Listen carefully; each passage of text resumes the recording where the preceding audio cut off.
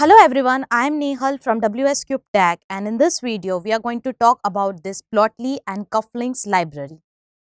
So in the earlier videos, as we were just saying about the data visualization libraries, so the data visualization libraries that we talked about were such as the Matplotlib, then the Seaborn, then the Pandas over here.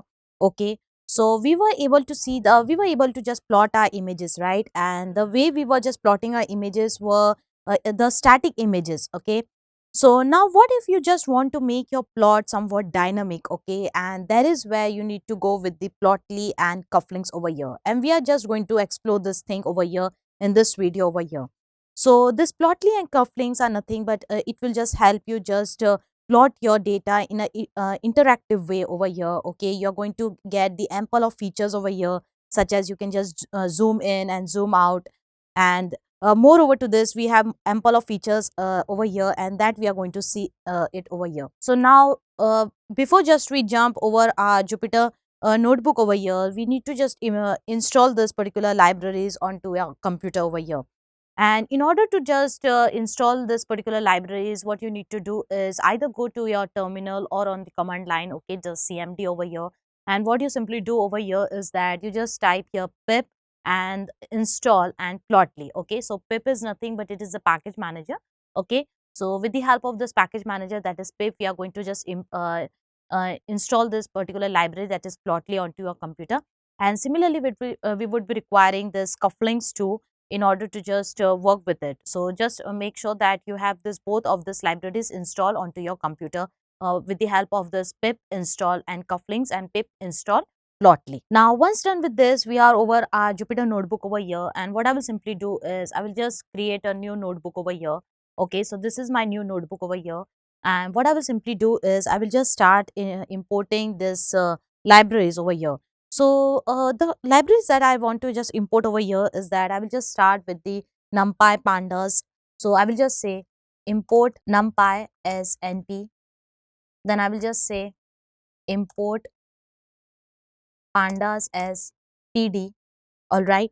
And moreover to this, I want what this matplotlib over here. So what I will do is I will just say import matplotlib dot pyplot, and I will just give this the alias name as PLT over here.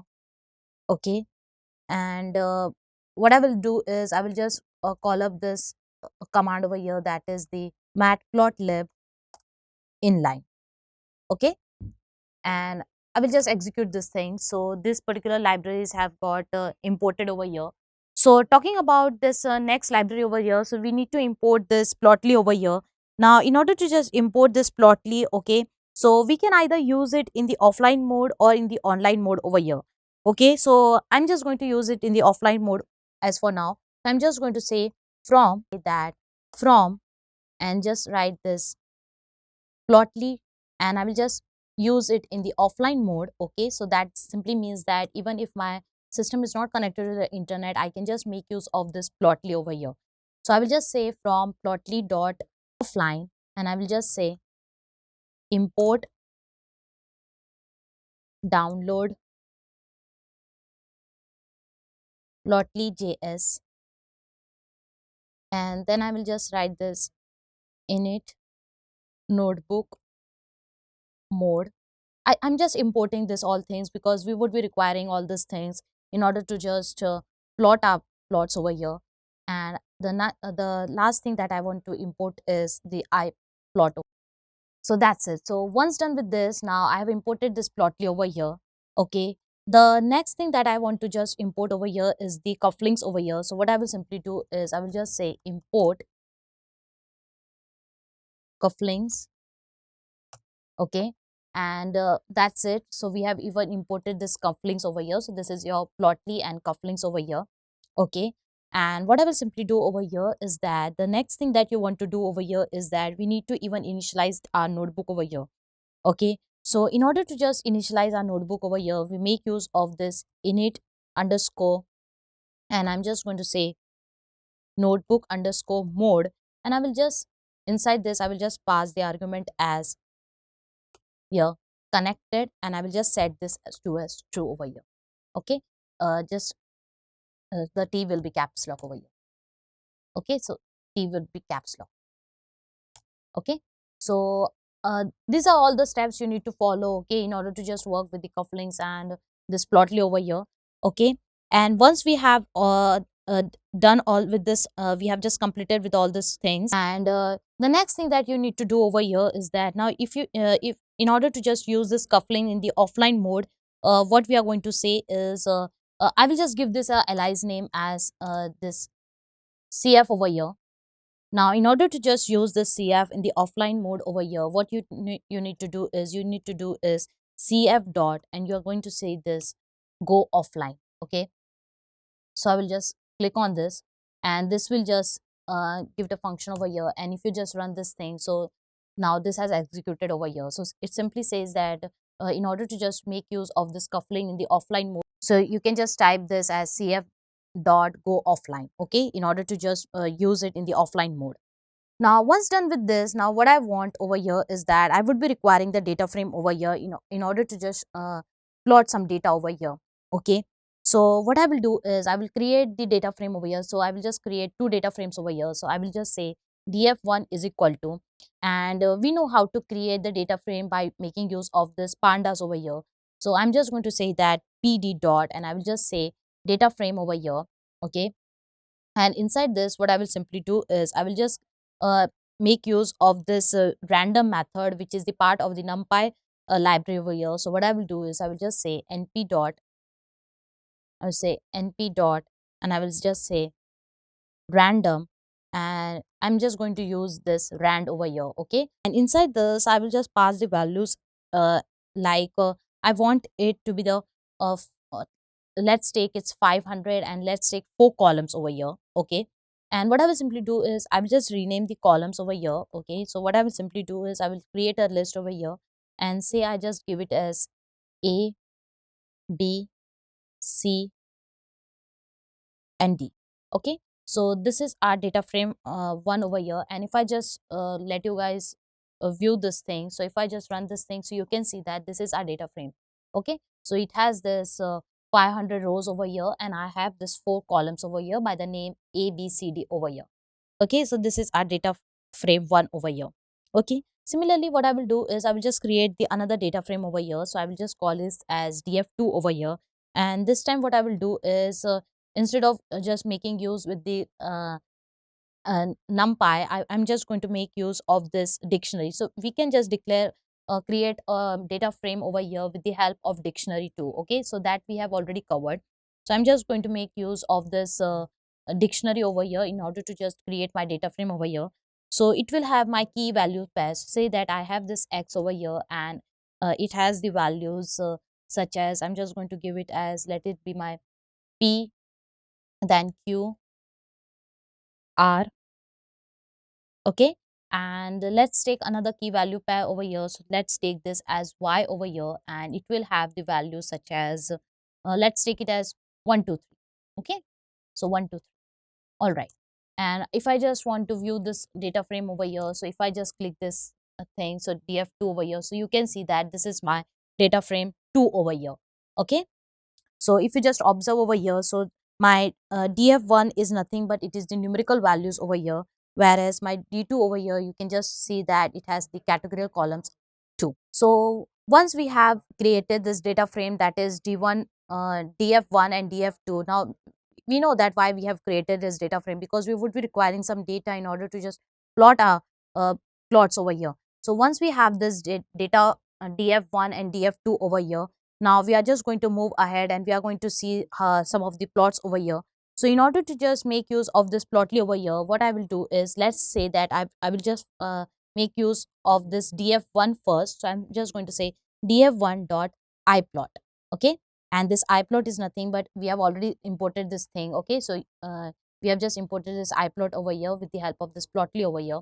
So what I'm simply going to say that, I'm just going to say that df1 dot iplot over here, and inside this I will just specify this kind over here as scattered. Okay, and once done with this, now if I for scatter I need to pass here the x over here as well as the y over here. Okay, so when I'm talking about the df1 over here, so just make sure that you just view this thing. So this is df1, So I will just say that I will just plot this A with respect to the B. Okay.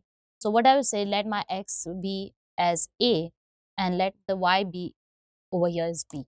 And if I just run this thing over here, so you can see that I got this plot over here. Okay. So you can just see that the main thing over here is that, see, it has become some interactive thing over here. Okay. So now in order to just convert these lines into some markers over here, so what we can do is we can just set here mode over here. So what I will do is I will just say mode is equal to, I will just set it to markers over here. Okay. And if I just run this thing, so you can see that this is our markers over here. Okay. So the thing over here is that now you can see this ample of options over here. Okay. And if you just view this thing, so uh, when I just move my cursor over this plot over here, so you can just see that this plot has become quite interactive. It is not more a static plot over here.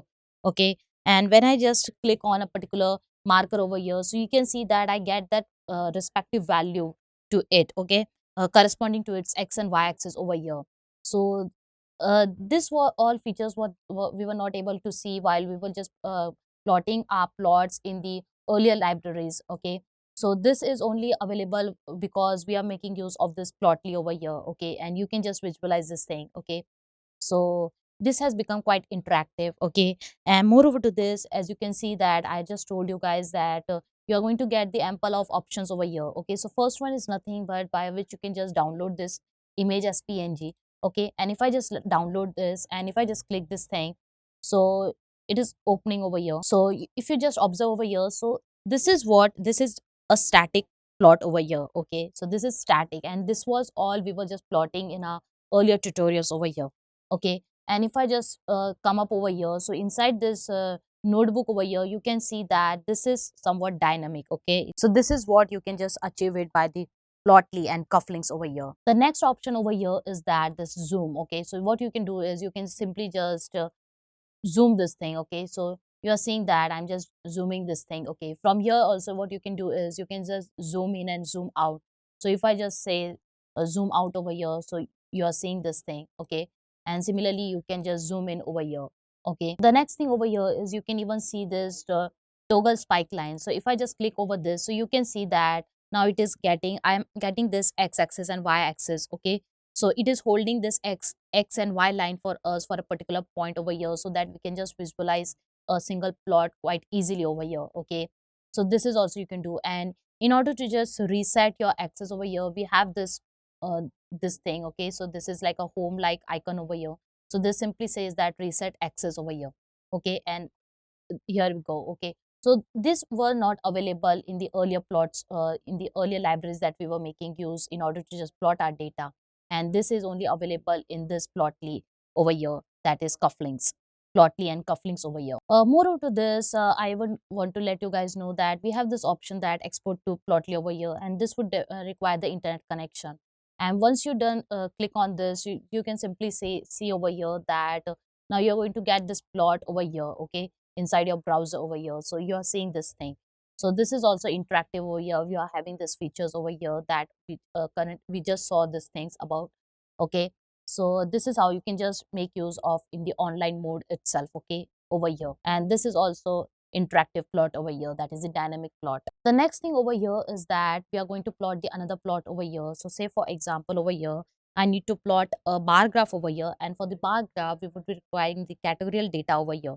Okay. So we have the categorical data in our df2 over here. So what I will simply do is I will just say df2 dot and I will just say iplot, and inside this I will just mention this kind over here as the bar plot over here.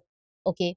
And what I will simply do is I will just mention that over the x-axis I just want now I'll just see the view over here. So this is nothing but this is our data over here. So what I will simply do is I will just say that this is my x and this is my y. So what I will simply do is I will just say that let the x be x and the y over here be y over here. Okay. And if I just run this thing, so you can see that I got this bar plot over here. Just let me zoom in so that you get a view. Okay, fine. So this is how you can just plot this attractive bar plot over here. Okay. So you can just, when I just hover my mouse over this plot over here, so you are seeing this values over here. Okay. and we are having this ample of features over here, which I just told you guys, like how you can just deal with this all. Okay, moreover with this, we are going to see one more plot over here. Okay, so what I'm simply going to do is, over here now I'm just going to make use of my df1 over here, and what I will do is I will just say I plot, and inside the kind what I will just give is I will just give it as a surface plot. So I need to plot this surface plot over here, and if I just run this thing, so you can just view that this is nothing but this is a surface plot over here. Okay, so this is a 3D surface plot over here, and if I just zoom in zoom it a little bit. Okay, and you can see that uh, I'm having this surface plot. So I'm just able to just view it in a three-dimensional view over here. Okay, so this is how you can just view this thing. So this is a surface plot over here, and this is 3D over here. So you can just have this type of graphs, interactive plots over here with the help of this libraries over here. Okay, so I hope that you have understood with this thing. Okay, so this simply just gives you a interactive display over here. Okay, and the same thing you can do is you can just say that export to uh, it will just open it on the browser over here. Okay, and you can just view this online over here. So you can just, so this is how you can just while making use of these libraries you can have this interactive designs. So this is all about, like, by making use of these libraries you can have this dynamic plots over here. Okay, so I hope that you have understood with these things. So if you just like this video, so hit the like button and do subscribe to our channel, and thanks for watching.